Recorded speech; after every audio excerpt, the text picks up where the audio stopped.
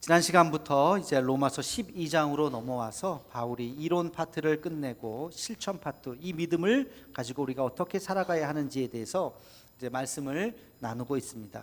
실천 중에 제일 첫 번째, 우리가 이 신앙을 실천하는 데 있어서 제일 중요한 것이 바로 예배다 그랬어요. 그렇죠?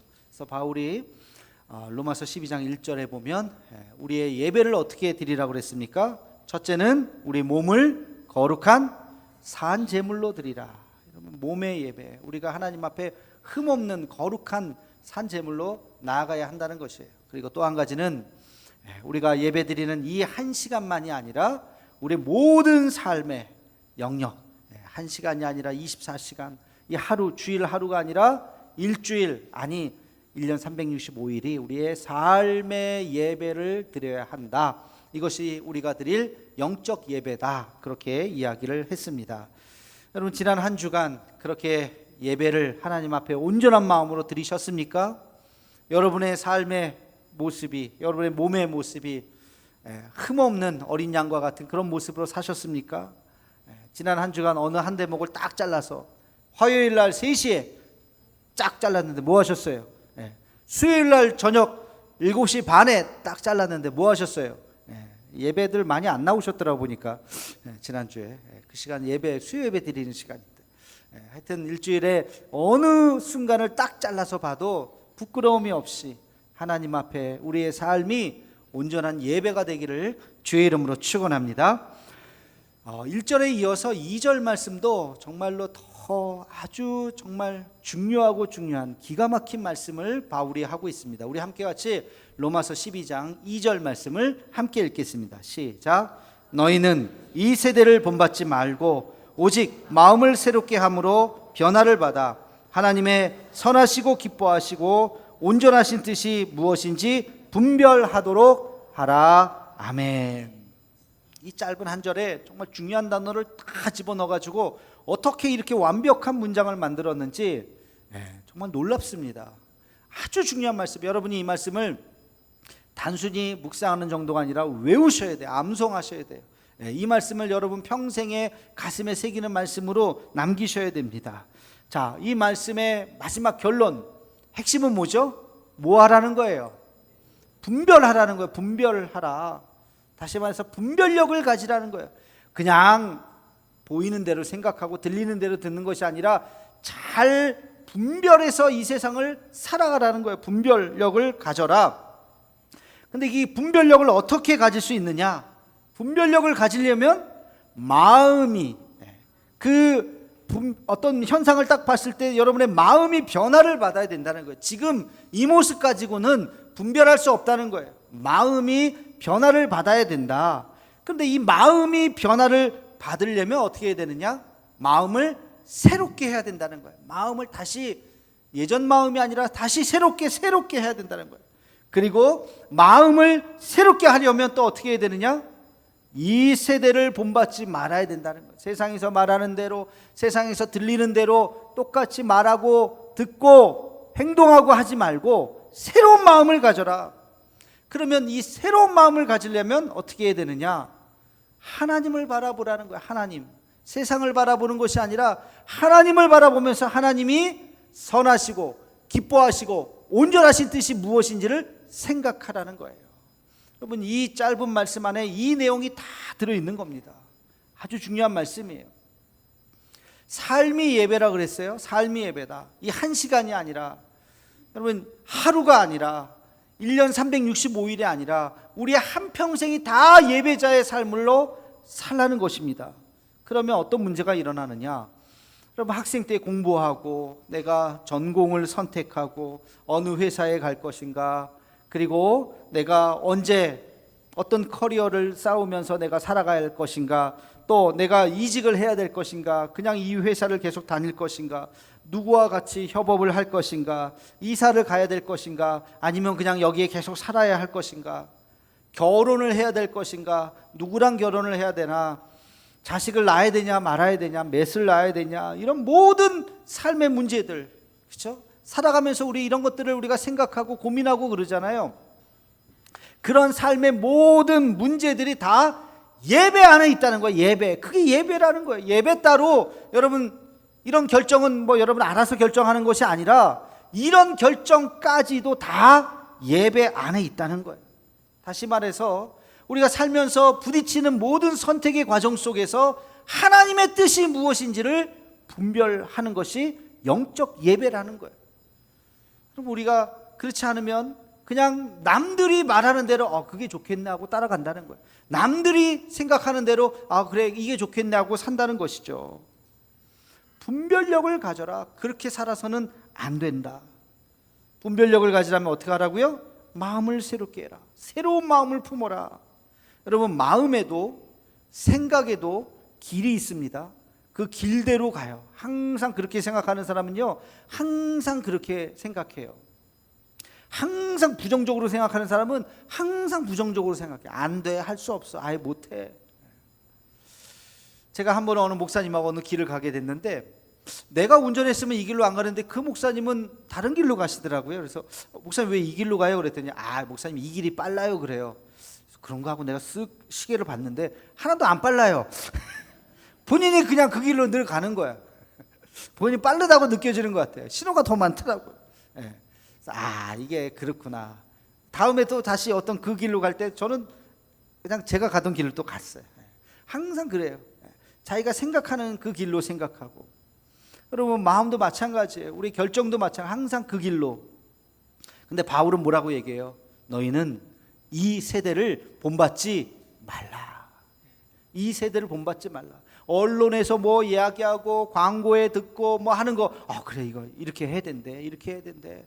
이거 가져야 된대. 이거 써야 된대. 요즘에 이렇게 유행이래. 거기에 그냥 휩싸여 가지고 그런가 보다 그런가 하다. 이것은 바로 이 세대를 본받는 삶이에요. 그렇게 하지 말라는 것입니다. 왜? 이 세대를 따라가다 보면 우리는 엄청난 잘못을 저지를 수밖에 없기 때문에. 여러분 이 시대는 어떤 시대일까요? 한 4가지 정도로 정리해 볼 수가 있어요. 이 시대는 첫째는 포스트 모더니즘 시대라고 이야기해요. 포스트 모더니즘. 제가 석사하고 박사하면서 그 논문 주제가 바로 이 포스트 모더니즘이에요. 포스트 모더니즘만 제가 이야기하려고 해도 한 3-4시간은 얘기할 수 있을 거예요. 그 모더니즘이 뭔지, 포스트 모더니즘이 어떻게 태동이 됐는지, 모더니즘은 또 어디서부터 나왔는지 뭐 이런 거. 근데 그냥 딱 잘라서 한마디 더, 너무 어려운 얘기 말고 포스트 모더니즘 한마디는 뭐냐? 절대 진리가 무너진 시대라는 거예요. 절대 진리가 없어요. 절대 진리. 옛날에는 아버님이 얘기했어 그러면 아이고 그렇구나. 근데 요즘엔 그거 아빠 생각이지. 내 생각은 그렇지 않은데요. 이거 선생님이 이렇게 얘기했어. 옛날에는 아이고 선생님이 얘기하셨구나. 지금은 그거 선생님 개인 생각이지. 내 생각은 다른데요. 목사님이 이렇게 얘기하셨어. 옛날에는 아멘 그랬는데 이제는 그 목사님이 자기 생각이지. 그게 무슨 생각이에요? 하나님이 이렇게 말씀하셨어. 성경에 이렇게 기록됐어. 그러면 아멘 해야 되는데 그거는 성경의 얘기고 몇천 년 전 얘기를 지금 와서 하면 뭐해. 그건 하나님 생각이고 우리 생각은 다르지. 사사시대처럼 자기 소견에 옳은 대로 살아가는 것이 그게 포스트 모더니즘 시대의 가치예요. 내 생각이 중요하다는 거. 내 생각. 다른 사람의 생각 하나도 중요하지 않다는 거예요. 지금 우리는 이런 시대에 살아가고 있어요. 진리가 상실된 시대를 살아가고 있습니다. 두 번째는요, 맘모니즘 시대라고 그래요. 맘모니즘. 맘몬이라고 하는 우상이 있어요. 신이 있어요. 돈의 신입니다.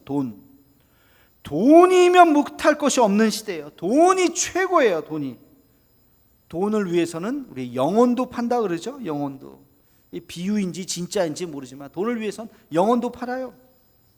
사람을 평가할 때 저 사람이 성공했냐 실패했냐, 성공한 인생이냐 실패한 인생이냐를 우리가 논한다면 저 사람 부자야? 어휴 돈 많이 벌었네. 성공했네. 저 사람 가난해? 아유 저렇게밖에 못 살아? 실패했네. 그렇게 생각한다는 거예요. 그럼 성공과 실패가 돈에 있습니까? 돈 많이 벌면 무조건 성공한 거예요? 돈 못 벌면 실패한 인생이에요? 예수님은 완전히 실패한 인생이네요. 제자들은 완전히 실패한 인생이네요. 그럼 그렇게 생각하는 게 지금 우리의 이 시대의 풍조라는 거예요. 감옥 한 3년 갔다 와도 내가 30억 벌 수 있으면 감옥 3년 갔다 오지 뭐. 그게 뭐 대수야. 라고 생각하는 게 이 시대의 풍조가 아닌가 싶어요. 만몬신, 하나님 위에 만몬이 있어요. 돈신이 있어요. 돈신. 세 번째는요, 세속주의 시대를 살아가고 있어요. 세속주의는 뭐냐면 한마디로 눈에 보이는 세계가 전부라고 판단하는 시대라는 거예요. 눈에 보이는 것. 눈에 보이지 않는 것은 없는 거, 허상이에요. 영혼, 마음 눈에 보이지 않죠. 그거 뭐 중요해? 뭐가 눈에 보여요? 육체가 눈에 보이잖아요. 그러니까 잘 꾸미고 뭐 하고 육체를 가꾸고 하는 일에 모든 관심이 있는 거죠. 천국? 그 어디 있어? 천국이 눈에 보이지도 않는데 죽어서 간다며. 지금 살기도 바쁜데 뭐 죽는 걸 생각해. 눈에 보이지 않는 세계는 하나도 중요하지 않고 지금 눈에 보이는 어떤 물질, 눈에 보이는 무엇, 그거에 집착하는 그런 시대가 세속주의 시대예요. 지금 우리가 그렇게 살고 있다는 거예요. 영적인 것을 이야기하면 진부한 것이고 의미 없다고 생각하고, 눈에 보이는 물질을 가장 중요하게 생각하는, 또 이 감각을, 내가 보고 느끼고 만지고 하는 이 감각 세계를 최고의 가치로 여기는 시대, 이것을 세속주의 시대라고 이야기합니다. 그리고 마지막으로 한 가지 더, 이 시대는 그 연장선에서 뭐가 있냐면 쾌락주의가 나왔어요. 쾌락주의. 만모니즘과 물질주의의 목표는 더 즐겁게 살고 더 짜릿하게 살고 더 쾌락을 누리면서 살라는 것입니다. 이 시대 행복이라고 하는 단어 굉장히 좋죠. 찬양도 있고. 행복, 성경에서 말하는 행복은 굉장히 좋은 거예요. 우리가 행복해야죠. 살면서 행복하게 살아야죠. 근데 세상에서 말하는 이 행복은요, 그렇게 성경에서 말하는 정말로 성경 하나님 안에서의 복을 말하는 것이 아니라 쾌락주의로 생각하는 경향이 커요. 행복해야지, 그 얘기는 즐겁게 살아야지, 그렇게 진부하게 살면 어떡해? 너는 좀 행복하게 살아봐, 즐겨봐 라고 이야기하는 것이에요. 더 짜릿한 자극을 느끼는 것을 행복하다고 생각해요. 더 짜릿한 자극을 느끼기 위해서 어떤 선을 도덕적인 선을 넘어버려요. 그럼 마약하면 안 된다는 거, 이거 뭐 3살 어린애도 다 알잖아요. 이런 거 하면 안 된다는 거. 그럼에도 불구하고 하지요. 그 쾌락을 느끼기 위해서 기회만 닿는다면, 할 수만 있다면, 보는 사람이 없다면 그런 일을 하는 시대가 오늘 우리 시대라는 거예요. 불법이고 뭐고 필요 없어요. 그 쾌락을 느끼기 위해서는 그 어떤 도덕도 필요 없는 시대를 살아가고 있습니다. 여러분, 이런 시대가 오늘 우리가 살고 있는 시대예요. 수많은 광고와 수많은 TV와 뭐 언론을 통해서 이런 것들을 우리도 모르게 막 스며들고 있어요. 바울은 이야기합니다. 너희는 이 세대를 본받지 말라.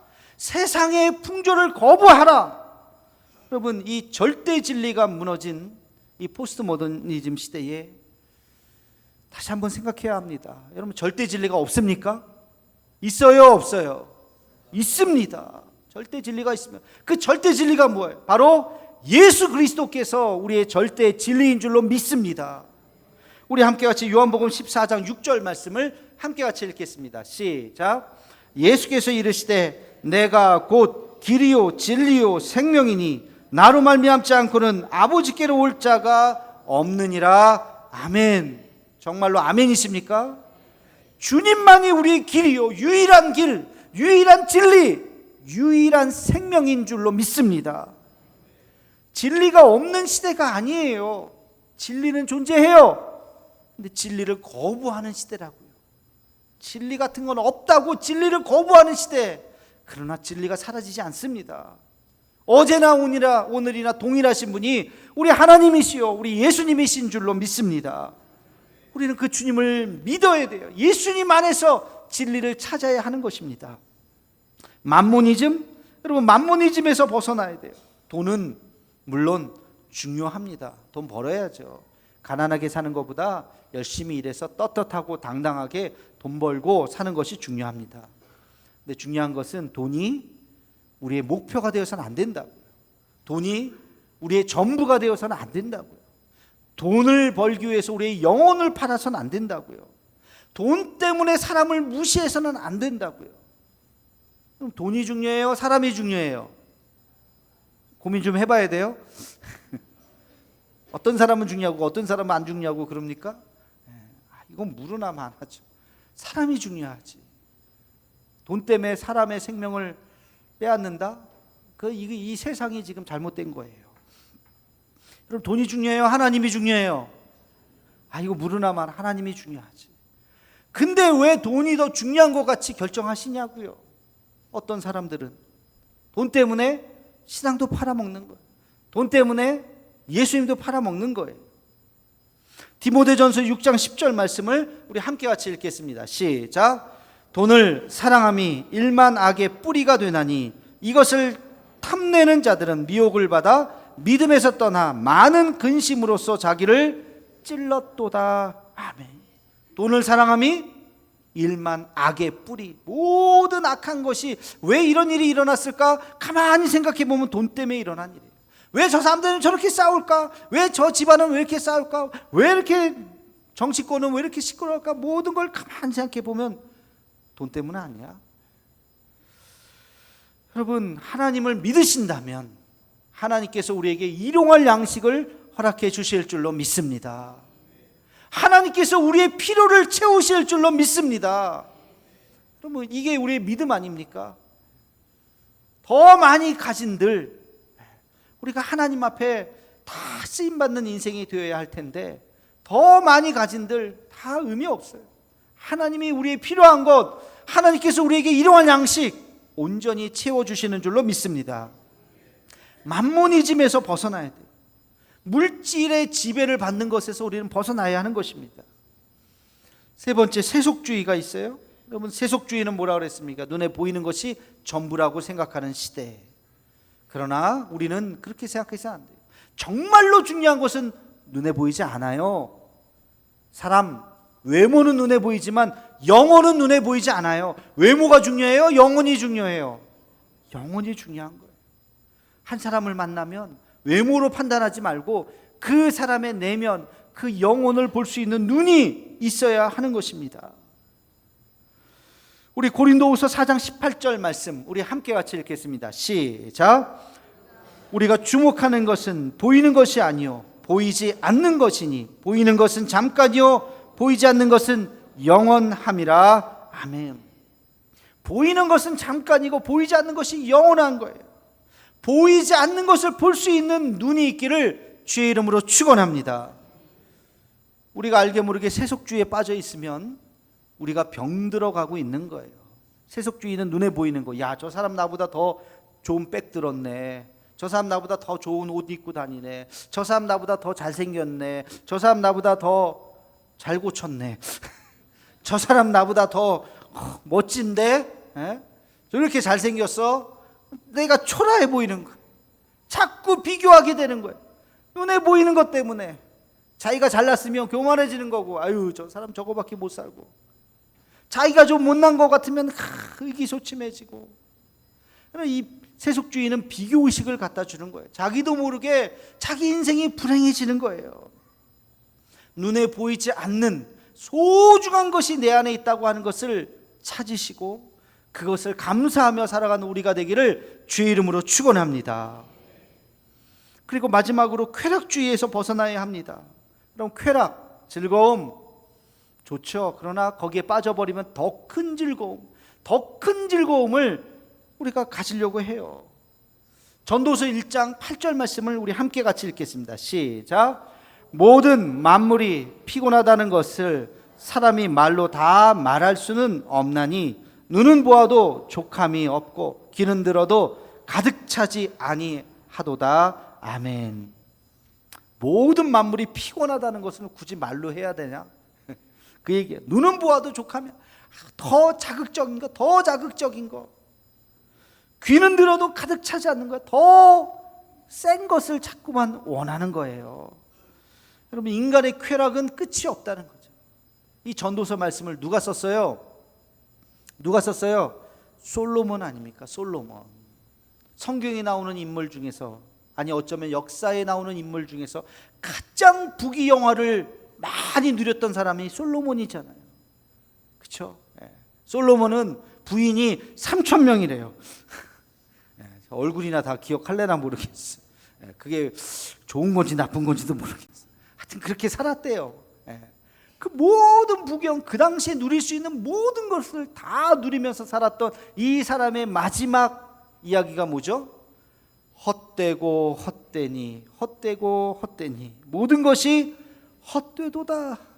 모든 것이 헛되. 이거 다 해봤는데 아무것도 아니에요.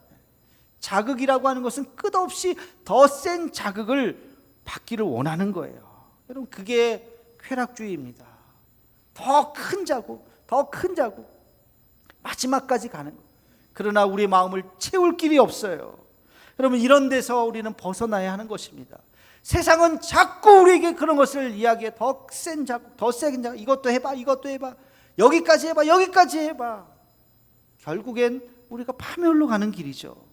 그래서 바울은 이야기합니다. 그렇게 살면 안 된다. 세상을 따라가서는 안 된다. 세상을 따라가지 말고 오직 하나님 앞에 눈을 돌려라. 우리가 삶의 지금 실천, 믿음의 실천을 이야기하는데 우리의 시선을 세상에서부터 벗어나서 하나님에게, 십자가에 돌리라는 것입니다. 그래서 하나님의 선하시고 기뻐하시고 온전하신 뜻이 무엇인지를 분별하라고 이야기하고 있어요. 그럼 아주 중요한 이야기예요. 하나님의 선하시고 기뻐하시고 온전하신 뜻이 또 무엇이냐? 여러분, 선하시다라고 하는 것은 선과 악을 이야기해요. 무엇이 선이고 무엇이 악인가를 분명히 깨달으라는 거예요. 선과 악을 질문할 때마다 항상 하는 질문이 뭐냐면, 하나님이 악을 만드셨는가? 악은 어디서부터 오는가? 하나님이 왜 악을 만드셨을까? 그러면 하나님은 악한 하나님인가? 뭐 이런 질문들을 해요. 여기에 대해서 어거스틴이 분명하게, 아주 명확하게 이야기했습니다. 하나님은 악을 만들지 않으셨다. 그럼 악이라고 하는 것은 어디서 나오는 거냐? 악은 선의 결핍이다. 선이 사라지면 그 자리에 악이라고 하는 것이 등장한다는 거예요. 이걸 어떻게 이해하냐면, 지금 이 본당이 화나죠? 왜 화내요? 그 불을 다 켜서 화내요. 그죠? 다 모든 불을 지금 다 켰어요. 만약에 이제 이따가 예배 다 마치고 불을 다 꺼면 여기 어떻게 되겠어요? 컴컴해요. 여러분, 어두움이라는 게 창조된 거예요? 어두움을 창조하지는 않았어요. 빛이 사라지는 순간 그 자리에 어두움이 깃드는 거예요. 하나님의 선이 사라지면 그 자리에 악이라고 하는 것이 등장한다는 거예요. 우리의 삶 속에서, 여러분의 삶 속에서 하나님의 선하심이 사라지면 그 자리가 악이 되는 겁니다. 악이 되는 거예요. 돈을 버는 사람이 있어요. 열심히 돈을 벌어야 되는데 내가 왜 돈을 버는지를 알고 벌어야지, 내가 이 돈을 벌어서 어떻게 써야지 라고 하는 개념을 가지고 하나님의 선하신 뜻을 가지고 돈을 벌어야지. 일단 돈을 벌자. 이걸 어떻게 쓰는데, 일단 돈만 많이 벌면 뭐 나중에 뭐 어떻게 되겠지. 그렇게 돈을 버는 순간, 하나님의 거룩한 선이 사라지는 순간 악이 됩니다. 그 돈 벌고 그 사람은 죄송하지만 타락할 가능성이 커요. 그렇게 번 돈은 타락될 가능성이 커요. 목적 없이 번 돈. 여러분, 목적 없이 갑자기 생긴 돈이 있죠. 예를 들면서 로또 당첨되고 와 갑자기 수십억, 수백억까지는 아니겠지만 수십억이 생겨요. 근데 여러분 들어보셨잖아요. 로또 당첨된 사람 중에 마지막까지, 말년까지 행복하게 산 사람이 있어요, 없어요? 거의 없어요. 로또 당첨되면 제일 먼저 하는 공통적인 점이 뭐냐면 바로 이혼이에요. 이혼. 내가 돈 없으니까 내가 너랑 살지, 내가 그렇게 생각들을 하나 봐요. 헤어지는 사람이 그렇게 많대요. 그리고 10년 후에도 그 돈이 있느냐? 다 탕진해 버린다. 5년 이내 다 탕진해. 통계가 이야기해 주고 있어요. 뭐 100%는 아니겠지만 많은 사람들이 그런 길로 가는 거예요. 왜? 선이 없잖아요. 선이 없으니까 그 선이 사라진 자리에 악이 등장한다고요. 선의 결핍이 악이라고요. 여러분, 물질도 마찬가지예요. 여러분, 지식도 내가 무엇을 위해서 목표를 가지고 공부해야지, 그냥 공부해갖고 뭐 박사학위를 딴들, 그 사람을 교만하게 만드는 것입니다. 여러분 신앙생활도 그래요. 교회를 섬기는 것도 그래요. 하나님 나에게 은사를 주셨고 은혜를 주셔서 내가 그 일을 내가 교회 이 부분을 내가 잘 섬겨야지 그냥 섬기면 돼요. 그것을 사람들이 알아주는지 자꾸 둘러보고 알아주지 않으면 삐지고 이것 때문에 내가 뭐 직분을 못 받으면 또 삐지고 그건 선이 아니잖아요. 하나님의 선하심이 없잖아요. 여러분이 우리의 일상을 살아가면서 중요한 질문을 하셔야 돼요. 그게 뭐냐면 이 일을 하는 데 있어서 나의 영적인 동기가 무엇인가? 나에게 영적인 동기가 순수한가? 하나님의 선하심이 있는가? 여러분 그것을 질문해 봐야 돼요. 하나님의 선하심이 없으면 그 일은 잘 돼도 타락할 가능성이 있어요. 그래서 이 일을 통해서 하나님께서 영광 받으시도록 이 일을 통해서 하나님께서 하나님의 나라가 임하시도록 하나님의 선하심을 기도해야 할 것입니다. 그러면 이것이 바로 하나님의 선하심을 분별하라는 거예요. 자, 그러면 두 번째, 하나님의 기뻐하신 뜻을 분별하라. 이것은 뭘까? 기뻐하신 뜻. 이거는요, 하나님의 선하신 뜻보다 훨씬 난이도가 더 높아요. 훨씬 더 이루기가 쉽지 않아요. 하나님이 기뻐하시는 것을 생각해야 돼요. 예를 들어 보면 어떤 아이가 부모님에게 용돈을 받았어요. 한 달에 내가 5만 원 줄게. 와, 내 용돈 딱 받으면 이 5만 원 가지고 자기가 원하는 거 할 수 있어요, 없어요? 있어요. 과자 사 먹어도 돼요, 안 돼요? 돼요. 콜라 사 먹어도 돼요, 안 돼요? 돼요. PC방 가도 돼요, 안 돼요? 돼요. 한 달 동안 자기가 이 돈 자기가 원하는 거 아무거나 해도 돼요. 단 잘못된 범법을 하면 안 되겠죠. 이거 갖고 뭐 나쁜 짓을 하면 안 되겠지만 뭐 PC방 가는 게 나쁜 건 아니잖아요. 그러니까 자기가 쓸 수 있는데 자기가 마음껏 써도 돼요. 그것은 선이에요, 선. 근데 만약에 이 아이가 이 5만 원을 가지고 자기를 위해서는 10,000원밖에 안 쓰고 내 친구가 참 어려운 친구가 있네.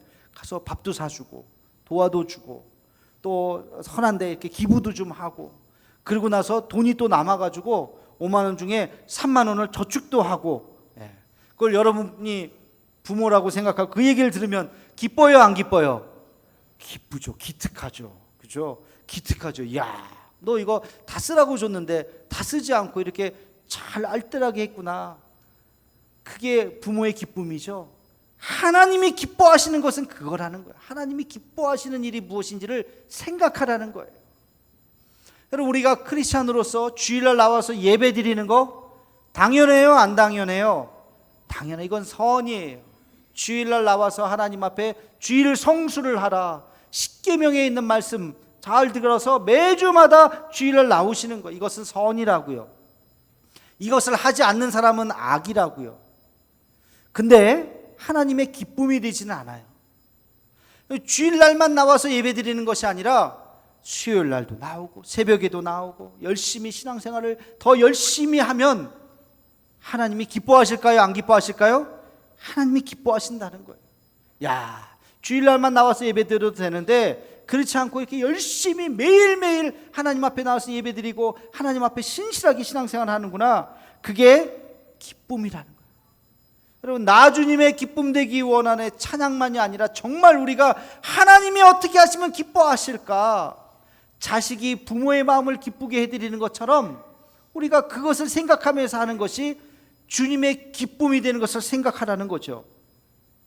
이렇게 정리할 수 있어요. 내가 해야 할 일을 안 하는 것, 해야 하는데 안 하는 것, 그건 뭐예요?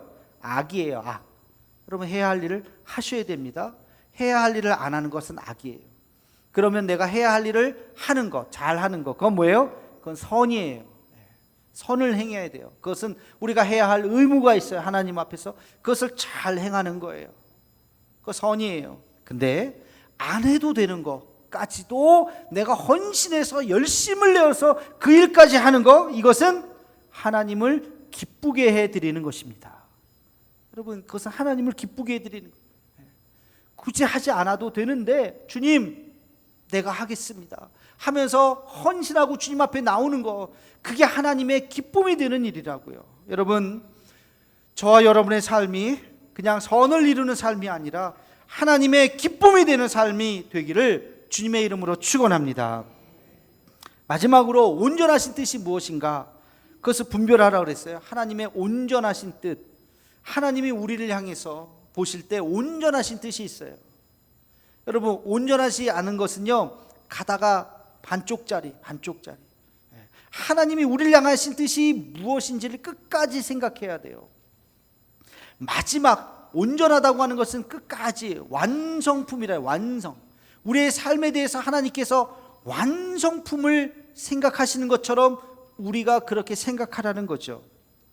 이게 무슨 말이냐면, 여러분 요셉을 한번 생각해 봅시다. 요셉이 중간에 애굽의 노예로 팔려갔어요. 그러면 요셉 입장에서 얼마나 억울하고 답답하고 자기 인생에 대해서 절망을 하겠습니까? 그죠? 만약에 그 시점에서 아이고 하나님도 없네, 무심하시지, 내 인생이 이제 끝났네 하고서 그냥 자기 인생을 저주하고 죽어버렸다면 하나님의 온전하신 뜻을 분별한 것이 아니에요. 내 마지막은 뭔지는 모르지만 하나님의 뜻은 여기서 끝나는 것이 아니다. 하나님께서 이 일을 통해서 하나님의 더 놀라운 일을 행하실 것이다 라고 요셉은 믿고, 그것이 무엇인지는 모르겠지만 하나님, 이게 끝이 아니죠. 나를 향하신 하나님의 온전한 뜻이 있죠. 내가 지금 해야 할 일이 무엇입니까? 하면서 하루하루를 성실하게 살았더니 하나님의 온전하신 뜻이 뭐예요? 요셉을 애굽의 총리가 되게 하셨고, 그 자리를 주는 정도에서 끝난 것이 아니라 7년 풍년, 그리고 나서 7년 흉년기를 그 동아시아의 모든 백성을 살리는 위대한 지도자로 만드신 거예요. 하나님의 뜻이 거기 있었던 거예요.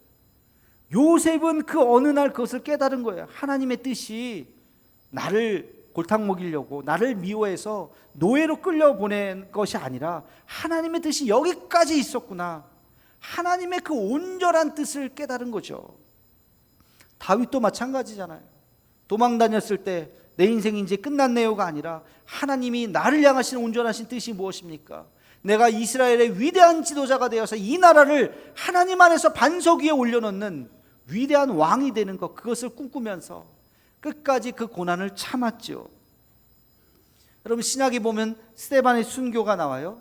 스데반의 순교처럼 참 안타까운 죽음이 어디 있겠습니까? 스데반이 돌 맞아 죽는 것을 보면서 사람들이 얼마나 깜짝 놀랐겠어요. 야, 저 위대한 하나님의 종이라고 생각했는데 저렇게 비참하게 죽네, 저렇게 순교를 당하네, 야, 예수 믿으면 안 되겠구나, 나도 저런 꼴을 당하겠구나, 도망가야지 라고 생각했다면 스데반 죽음에 대한 하나님의 온전한 뜻을 깨달은 게 아니라고요. 여러분, 그 스토리의 마지막이 어떻게 됩니까? 예루살렘 교회에 핍박이 났어요. 그래서 예루살렘 교회가 문을 닫고 사람들이 흩어지기 시작했어요. 그냥 흩어진 것이 아니라 거기에서 안디옥 교회를 세웠잖아요. 그리고 이방 선교의 기지가 되게 했고, 복음이 예루살렘이 아니라, 유대인이 아니라 이방 지역에 퍼지는 그 역사적인 사건이 되었던 것입니다. 그게 스데반 순교의 스토리예요. 하나님의 온전하신 뜻을 볼 수 있어야 돼요. 우리를 향하신, 여러분에게 적용을 해보세요. 여러분 지금 혹시 힘드십니까? 어려움 가운데 있습니까? 고난의 한복판에 있습니까? 내 인생이 끝났다고 생각하십니까? 끝난 게 아니라고요. 하나님의 온전하신 뜻을 바라보라고요. 하나님께서 나를 향해서 지금은 비록 힘들지만 이게 끝이 아니라 앞으로 5년 후, 10년 후, 20년 후 이 시간을 통해서 하나님께서 나를 더 아름다운 모습으로 만드실 것이다. 할렐루야. 여러분, 그것을 바라볼 수 있는 것이 하나님의 온전하신 뜻을 분별하라는 거예요. 바울이 로마서에서 이런 말씀을 하셨죠. 8장 18절 말씀 우리 함께 같이 읽겠습니다. 시작. 생각하건대 현재의 고난은 장차 우리에게 나타날 영광과 비교할 수 없도다. 아멘. 지금은 핍박의 시대요, 고난의 시대예요. 수많은 사람들이 막 순교당하는 시대였다고요. 바울이 그것을 알아요. 그러나 지금만 생각하지 마십시오. 하나님의 뜻은 이 죽음이 끝이 아니라 이 시간 너머에 놀라운 영광의 시간들, 정말 바울이 아마 지금 다시 태어났다면 야, 이 온 지구가 다 예수 그리스도로 가득 찬 이 지구를 보면서 얼마나 감격하겠습니까? 그 영광의 날이 올 것이다, 그 하나님의 나라가 임하게 될 것이다 라고 하는 것을 지금 로마서 8장 18절에는 우리에게 말씀해 주고 있습니다. 사랑하는 성도 여러분, 우리는 분별력을 가져야 돼요. 영적 분별력을 가져야 돼요. 이 시대의 풍조에 따라가서는 안 됩니다. 진리가 무너졌다고요? 아니에요. 만모니즘과 세속주의와 쾌락주의에 빠져서 세상 사람들과 같이 그렇게 허우적대면 안 돼요. 우리에게는 오직 예수, 오직 하나님의 영광, 그리고 하나님의 선하시고 기뻐하시고 온전하신 뜻이 무엇인지를 우리 가슴에 잘 새기면서 그 믿음의 길로 걸어가는 우리 모두가 되기를 주님의 이름으로 축원합니다. 기도하겠습니다. 사랑의 하나님, 세상은 날로 어두워져 가고, 그리고 세상은 우리를 유혹하며 만모니즘과 세속주의와 쾌락주의에 우리를 빠뜨리려고 하는 그런 험한 세상을 살아가고 있습니다. 주님, 이 시대에 우리가 세상의 풍조를 따라가는 것이 아니라 하나님의 선하시고 기뻐하시고 온전하신 뜻이 무엇인지를 분별하며 하나님 앞에 영적 분별력을 가지고 온전한 모습으로 살아갈 수 있는 우리 모두가 되게 하여 주옵소서. 예수님의 이름으로 기도하옵나이다. 아멘.